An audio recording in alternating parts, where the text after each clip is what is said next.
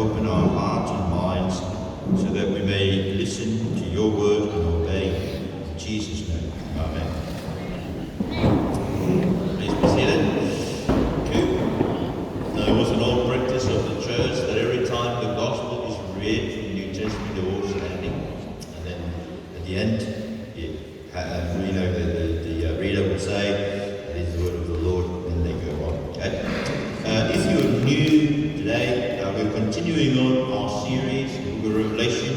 We're up to Revelation 19, preaching through the book of Revelation. And today is verses 11 to 21. So open your Bible to Revelation chapter 19, verses 11 to 21, and it will be up on the screen as well. The sermon today, I wanted to look into the screen. We'll do a bit of reading, but we'll do the sermon today together. Okay?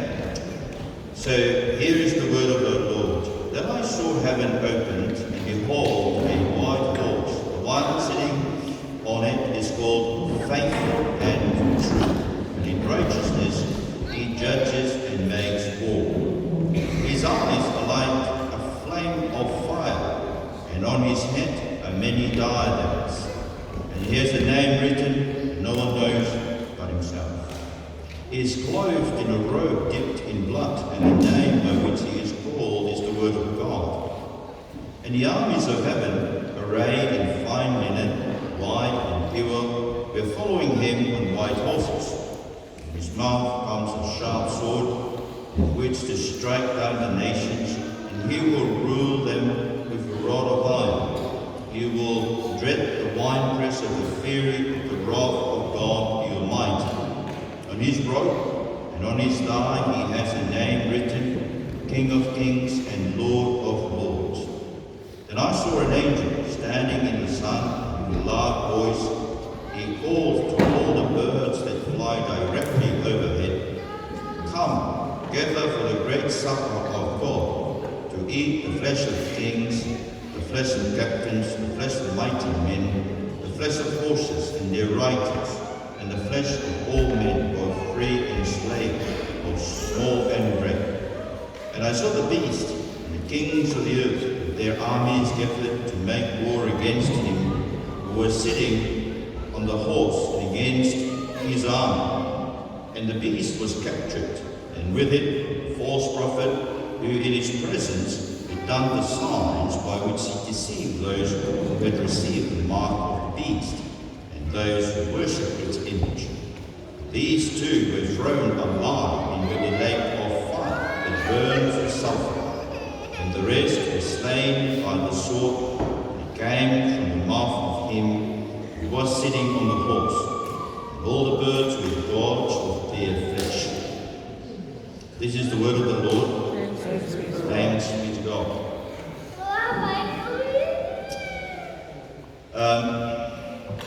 The aim of this sermon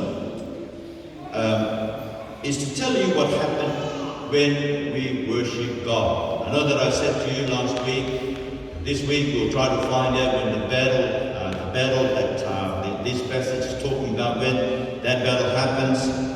But as I read and reflected this week on this passage, it seems to me that verses 11 to 21 follows from verse 10. Right? See, Revelation 19:10 says, "Then I fell down at his feet to worship him, but he said to me, 'You must not do that.'" This is the angel talking to John. "I'm a fellow servant with you and your brothers who hold to the testimony of Jesus. Worship God. For the testimony of Jesus is the spirit of prophecy." So worship God. Right? Worship God. And then verses 11 to 21 happens. Do you see that?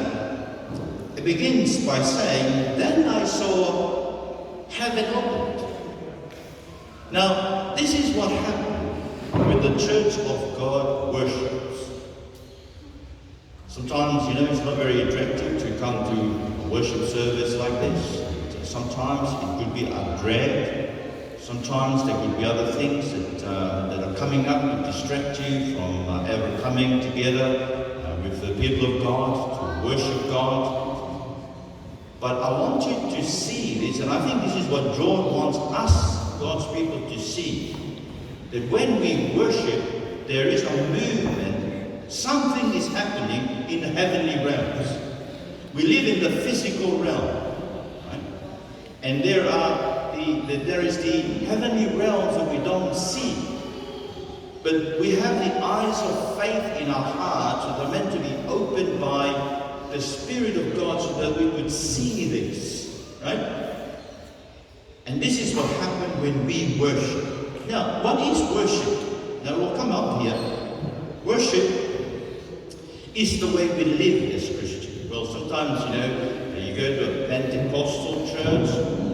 Pentecostals, they are the churches that don't really focus on the Word of God. They focus on making you feel the Spirit of God. Right? They don't preach the gospel, the Bible, consistently like what we do here, because they just pick and choose the bits and pieces that would speak to us. Right? And that's the main difference between us. We are called evangelical Christians.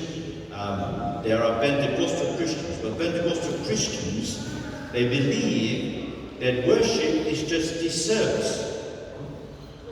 As Christians, worship is this service plus after the service, right?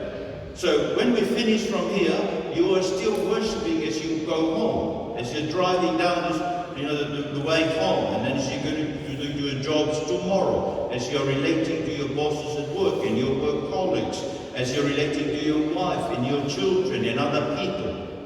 You are worshipping, because worship is the way we live as Christians, and it should be, we live with joy.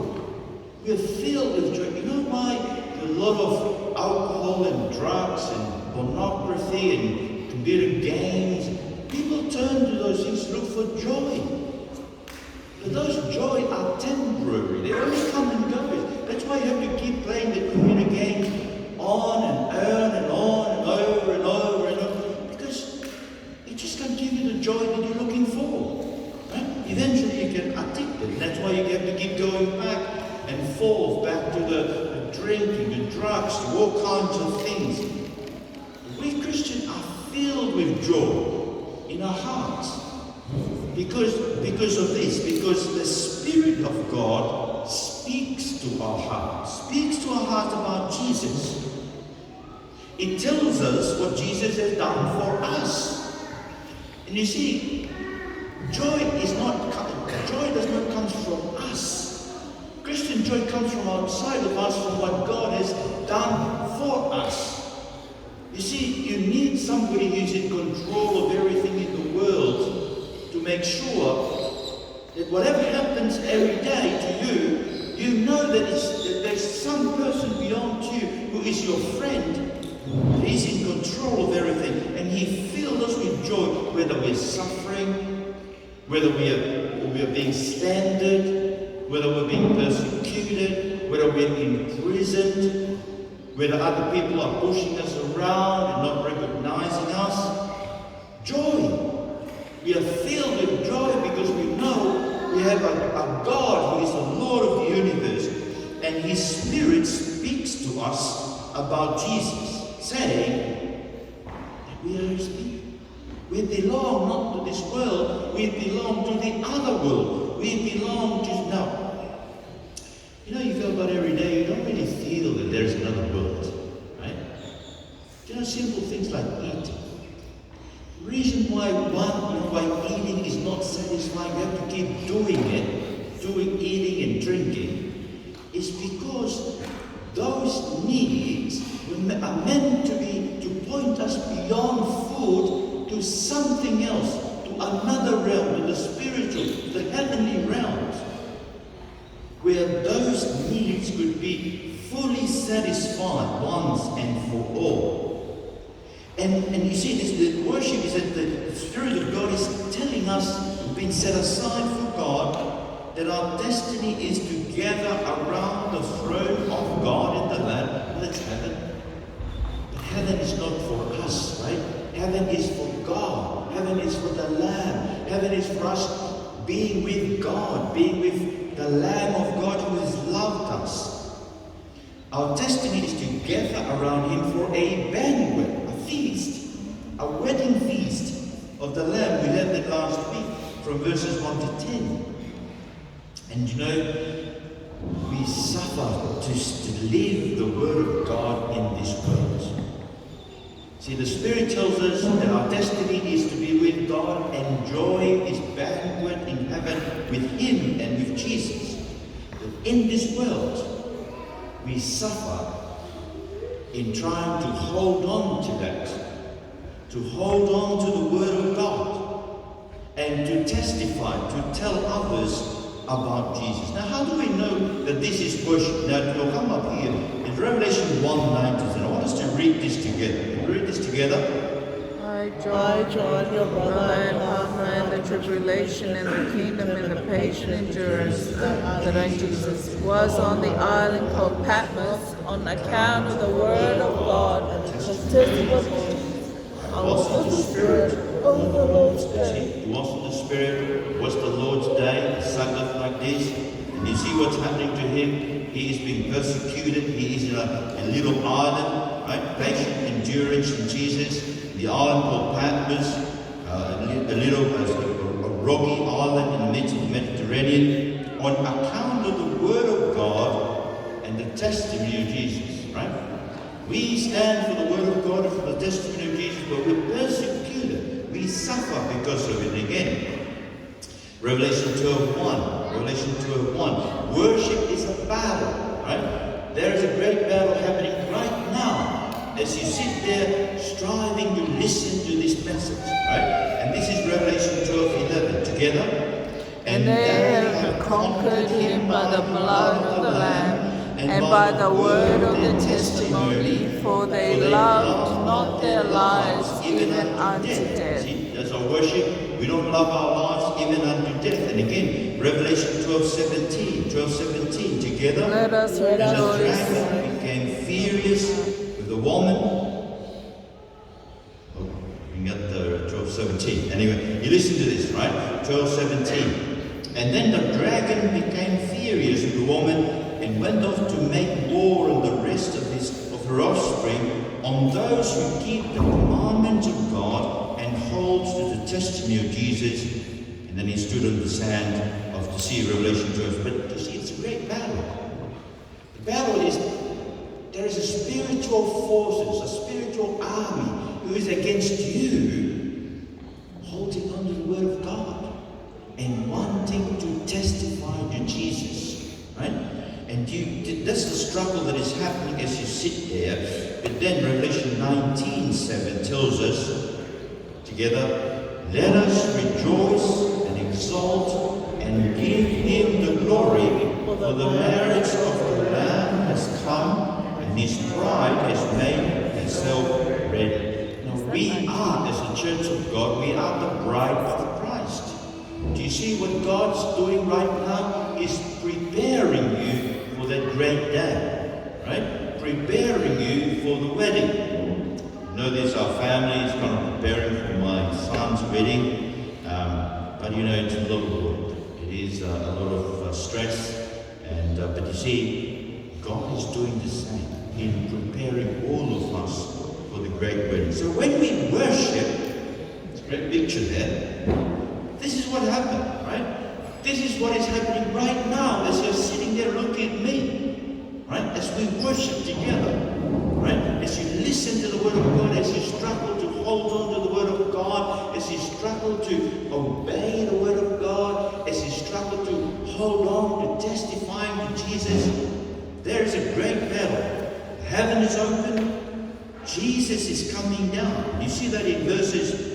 Let me read to you from verse 11. I saw the heaven open, and behold, a white horse. The one sitting on it is called Faithful and True. And in righteousness he judges and makes war. And now look at what he looks like, right? There's about 5 or 6 verses, 11 to 16, is spent on just describing Jesus who's coming down as we worship, right? See, his eyes are like flames of fire, right? And I take it, it's because of this, it's because of what Jesus told those guys at the road to Emmaus, right? And that's Luke 24.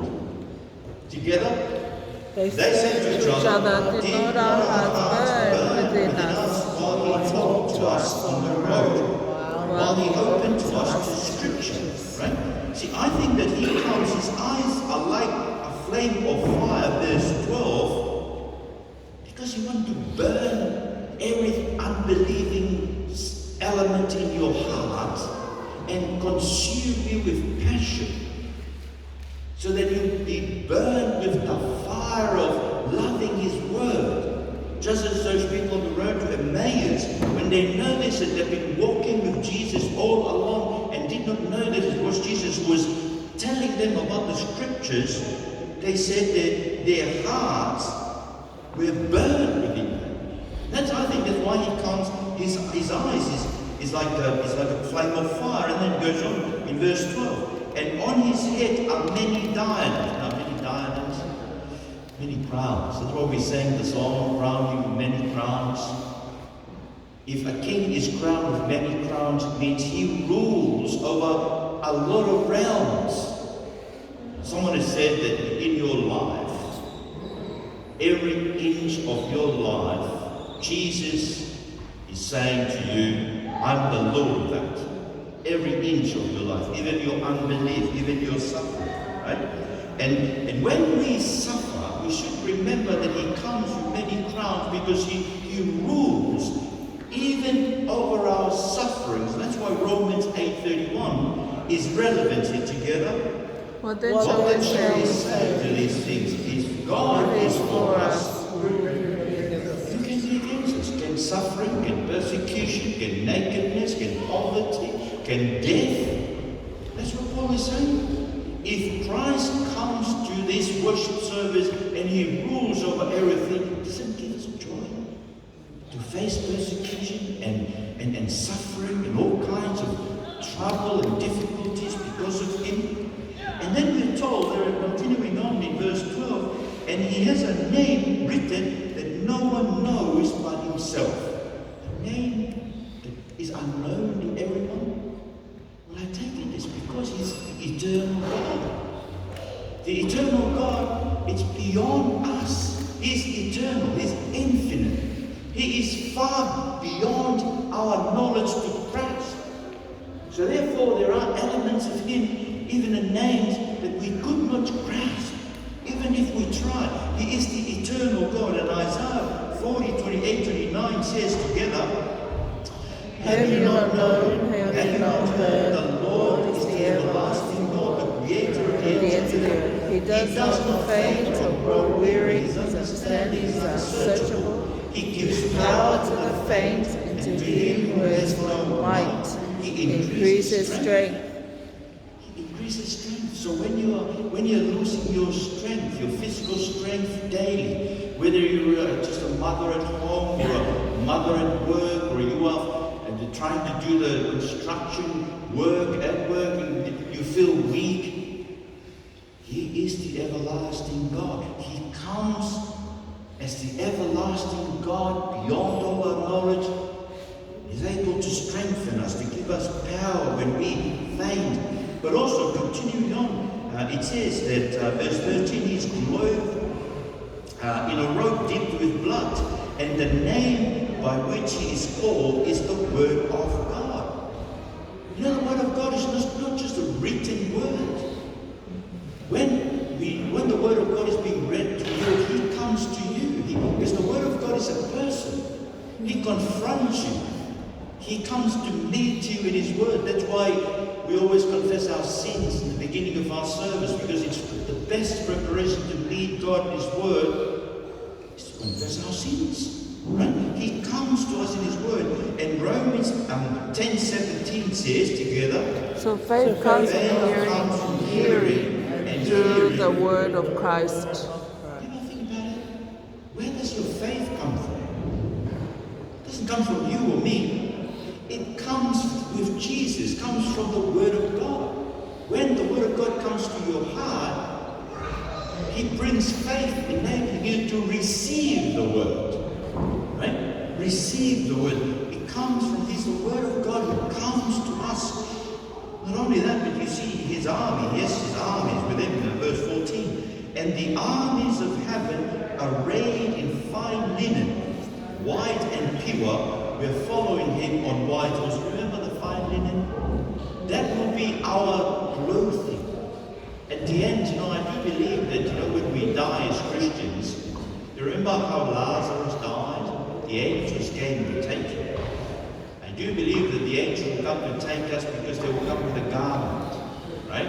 The clothing of our righteousness, to give us that clothing because it's already been made for us in heaven, right? Stored in heaven for us, but it will be put upon us when we die, so that we all come and meet Jesus and enjoy Him around the throne together. Revelation 7, 9 and 10. After this I looked, and behold, a great multitude that no one could number. Every nation from all tribes and peoples and languages, standing before the throne and before the Lamb, clothed in white robes with palm branches in their hands, and crying out in loud voices, Salvation belongs to our God, who sits on the throne and to the Lamb.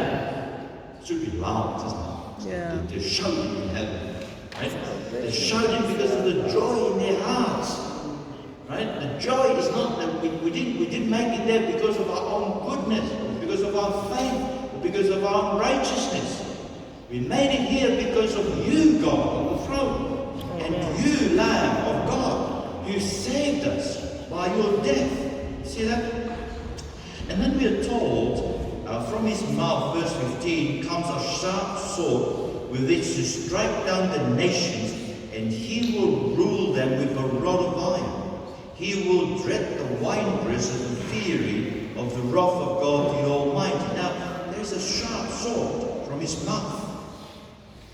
You think about the nations of the world. What are they doing? Well, aren't they the ones who are promoting the homosexual agendas? Aren't all the nations of the world just, closing their eyes and allowing the Islamic forces in Africa and the Middle East to kill Christians? No justice at all. Aren't the nations of the world up against God? If the Muslims, you look around here, Muslims can put up an advertisement about, generosity to Muslims. But where can you find generosity to Christians? The nations of this world are up against God and Christ. This is where we live, friends. You should understand that we are against the forces of the universe, the forces of the nations. They are against us. Every time you walk out of this door, even when you're listening to this, because there's a great rebellion. And you see, this is Psalm 2, verses 2 and 4. This is how God responds to this rebellion. Together. The kings of the earth set themselves, and the rulers take counsel together against the Lord and against His anointed, saying, Let us burst their bonds apart and cast away their cords from us. He who sits in the heavens laughs, the Lord holds them in derision. God has a sense of humor too. How do you think God responds? I was reading yesterday in the paper in America. There is a movement against the public schools, and this is conservative newspaper who's still holding on to the values, Christian values of society in America. And they're calling on parents of students who are being sent to public schools to get their kids out because they are in a burning house. They're being taught all kinds of falsehood about the history of America, right? They're being taught all kinds of falsehood about gender, right? The gender is something that you can just decide upon. They are taught all kinds of falsehood about yourself and your destiny and the climate and everything, right? But that's how this world, this is rebellion against God, and it is making its way. And I'm sure maybe here in Australia, you've got to watch out. If you're sending your kids to public schools, you really need to find out what they've been taught in there.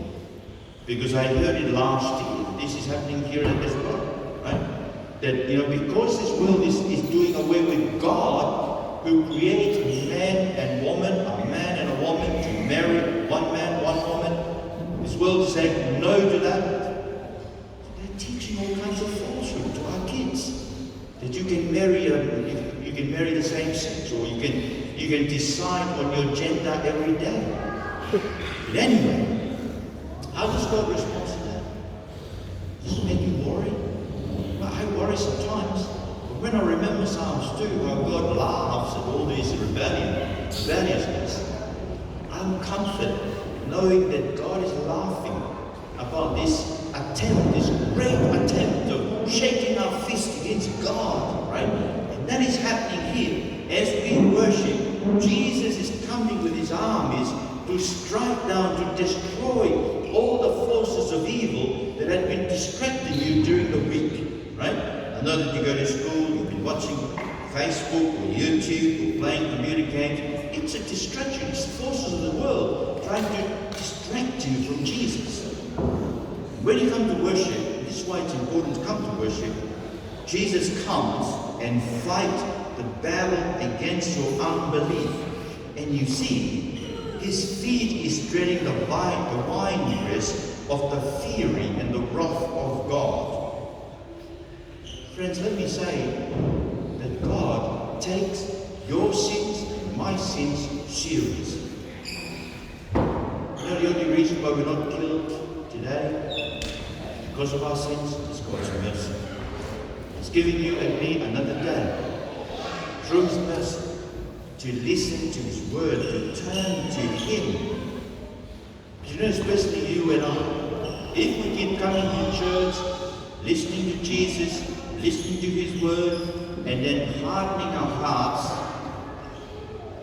there is no more forgiveness left for us. And that's what Hebrews 10, 30-31 is saying. That's speaking to believers. That's not to unbelievers. This is speaking to you people in church. Together, for we know him who said, vengeance is mine, I will repay. And again, the Lord will judge his people. It is a fearful thing to fall into the hands of the living God. See, the Jesus who opens the heaven, comes to us in our worship, is a fear from God. If you're stubborn, if you're resisting the word of God, if you're just coming in to fulfill another program, if you're just coming in to tick the box up into church, if you're just coming here just because your parents are dragging you in here, you should learn to fear that the God who's coming to worship with us, who opens the heaven coming down, is a fearful God. So friends, this is the glorious Jesus who comes to us in worship. We don't see him, but I think John is describing him to give us a sense of joy in a world which is dying, in a world which is taking us away from God, in a world where we saw in Revelation 18, this is a dwelling place of demons, in a world where every unclean spirit lives in this city, that even our best attempt to be good to people will be turned against us. There is joy. Because every time we gather to worship, and as you go out continuing to worship God through your life, Jesus is with you with his army. You're going to see that, right? Here he doesn't come alone, he comes with this big army, the host of heaven, right? And they are for us. They're coming to protect us, to fight the battle of our unbelief, to fight the battle against the beast trying to deceive us, because you see the beast is always trying to deceive us. You see there verse 19. And I saw the beast and the kings of the earth with their armies gathered to make war against him who was sitting on the horse and against his army. So worship is a battle. When we worship, there is a battle, an ongoing battle happening right now. As you listen, the beast and his armies are coming against you. They are beyond us, beyond our power to resist. But we have Jesus, the glorious Jesus coming down to fight them. You see in verse 20, there is no battle. Right? You ever thought about, I'm not sure who is the champion boxer today, but I think I followed boxer till Mike Tyson. You all know Mike Tyson? When I read this, it's almost like me challenging Mike Tyson for a fight, right? It's just ridiculous. Armies of the world, false prophets are coming in, and they're coming to fight Jesus, the glorious Jesus, who's coming down with his armies in all his glory. It's ridiculous, but you see, there's no battle, right? The beast was captured, verse 20, and with it the false prophet, who in his presence has done the signs by which he deceived those who have received the mark of the beast and those who worshipped its image. These two were thrown alive into the lake of fire that burns with sulfur. I think it will come up here as a picture of the devil in the lake of fire. Friends, you know those who worship the beast, those who have the mark of the beast, it's not those who refuse to be vaccinated for COVID-19. Come on, guys. It's not a physical thing. Nothing from the physical world affects your soul, right? Nothing, your food, whatever comes into your soul from outside, Jesus, it doesn't make you unclean. It's what comes out from you, from your heart. That is what makes you unclean. And if you have the mark of the beast, it's something that will come out of your heart. So what is it that will come out of your heart and shows that you belong to the beast? Well, your rebelliousness against the word of God. Because we saw that in Revelation 12:17, when we read that. Revelation 12:17, I think it was the passage that didn't come up. Well, let me read that to you. You see, the beast went off to make war on the rest of the woman's offspring, which is the church, on those who keep the commandments of God and hold to the testimony of Jesus. You have the mark of the beast, rebelliousness will flow out of your heart. Disobedience, the spirit of disobedience to the word of God will flow out of your heart. The spirit of resistance against testifying to Jesus by words and by your life will always be around to mark you because you belong to the beast. Do you see the danger of that? It's the destiny of the beast and his people to end up in the lake of fire that burns with sulfur. So when did this happen? Now, you know, every time you come face to face with persecution, it happens, right? And when does that happen? Now, as you're struggling to listen to the word of God, as you're struggling to process the word of God, as you're struggling to say to yourself, I should be obedient to the word of God. See, there is a force acting against you to persecute you, to discourage you, to say to you, oh, well, it's okay. Look at those people out there, they don't do that. You should be okay because you belong to the majority of the world, see? That's the beast coming in, speaking to you lies and deceptions. And you are facing this battle now and every time you're persecuted. So Acts 4, 27 to 29, right? This is a prayer of the early church when they were facing persecution. They prayed Psalm 2. We read Psalm 2 before. But that's their prayer. Right? The nations are raging. The kings of the earth, they're gathering together against you and against your anointing one. When did that happen? Together? For truly in this city, they were gathered together against your holy servant Jesus, whom you anointed, both Herod and Pontius Pilate, Lord of the Gentiles, people of Israel, to do whatever your hand and your plan has predestined to take place. And now, Lord, look upon their threats and grant to your servants to continue to speak your word with all boldness. The battle happens on the cross. The cross will come up, right? That's where the battle happened. But it's not all. It's not all. Jesus is coming again, right? Together, 2 Thessalonians 1, 5 to 8, together. This is evidence of the righteous judgment of God. you may be considered worthy of the kingdom of God, for which you are which you are also suffering. Since indeed God considers just to repay with affliction those who afflict you, and to grant relief to you who are afflicted, as well as to us, when the Lord Jesus is revealed from heaven with his mighty angels in flaming fire, inflicting vengeance on those who do not know God. Amen. Yeah, I see the girls were there not saying it. But anyway, do you see this? You should be afraid. Okay? It's a very fearful thing to be expecting the vengeance of Jesus. And that's, I think, we're warning. Yes, it's already the battle that happened on the cross. It will happen again. But you know, when you are persecuted for being a Christian, it shows you're worthy of Christ. It shows that you're a person who's been sealed for Jesus Christ. We face persecution because that's just the evidence of our worthiness as God's people who will be rescued at the end. Because hell is for the beast and his armies. So in conclusion, my friends, we need to surrender our lives to Jesus, all of our lives, not just a few moments. I take it that this service is going to be about an hour and a half. How long have you been paying attention? Maybe a few moments, maybe 5 minutes, then your phone took over. We want to surrender all our lives to this God. You see, because if you're not surrendering all your lives to Him, well, He's coming to do battle with you.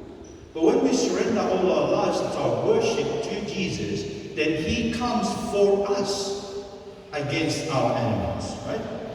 Secondly, we need not to be afraid. I think we need not to be afraid to speak to people about our faith in Jesus. I think, there should be a not there. We need not to be afraid to speak to Jesus. You know, why are you afraid to tell people that you're a Christian? It's your fear of approval. Right? You want people to approve of you. You want people to like you. You want people to be your friends, to give you the hearts and that sort of thing. Right? And therefore, you kind of hide your light under the bush. You don't want to be persecuted for Jesus. Right? It's the fear of approval by men. That's why we're not keen and passionate to tell our friends about Jesus. But don't be afraid of losing your friends' approval. And not. Because they can't help you when you're fighting this battle. They can't help you when Jesus comes in with all his minions to bring judgment. And you see that your destiny is hell. No one can help you. To rescue you and us from hell. Only Jesus. And not only that, but we need not to give up meeting together. So this is the last passage. Can you all look up? And let's all read. I'm looking at you. I want to see your mouth moving. Not because you're Jewish, but reading. Okay? Alright? Can we read this all together, please? Girls have not been paying attention. Maybe you did, but I don't see that. Okay? Together. Let us consider how to stir one another to love and good works, not neglecting to meet together, as is the habit of some, but encouraging one another, and all the more as you see the day drawing near. Then let us consider. See, you need to consider. Saturday night, here you are playing computer games or whatever it is, or partying with your friends. You need to consider. Tomorrow I'll be at the service at 10 a.m. You need to consider, right? You need to put that into your thinking. How to stir one another to love and good deeds. Friends, we come here, that's why we have a little fellowship afterwards. You need to speak to your friends, see how they're going. If you see some new people around you, go and talk to them, make them feel welcome. There's tea and coffee in the back. We don't should come to a service and then we go home, right? Only if you have something to go to, but I hope you consider how to stir up one another to love and good works, not neglecting to meet together as it is the habit of some. It can become a habit. You know what habit is? You do it for 21 days, it becomes a habit. So you miss church 21 times, it becomes a habit. Okay? So don't let that be your habit, to miss out on church. Do not neglect meeting together as it's a habit of some, but encourage one another, and all the more, this is more reason for us to come to church and encourage each other, read the Bible, and after this service you go out to the youth group, go and sit together, read the scriptures again, and reflect and pray. All the more, we must do that more and more and more, right? Family prayers, your little class in Aho, we need to do that more and more, our meeting together. Why? What's the reason? The day is coming. Think about when Hebrews was written in the first century, sometimes in the 40s maybe, or 50s. The day was already near them. You know how God's timing goes? 1,000 years is like what? One day. Or like just yesterday, right? So 2,000 years like 2 days to go. It's not long, friends. And imagine that you live 70 years here, that's probably some seconds, right? 50 seconds or something in God's time. It's not long, right? It's not long. This is our only opportunity to worship the Lord, the glorious Lord, who comes for us to fight against our enemies. How will we just finish with prayer?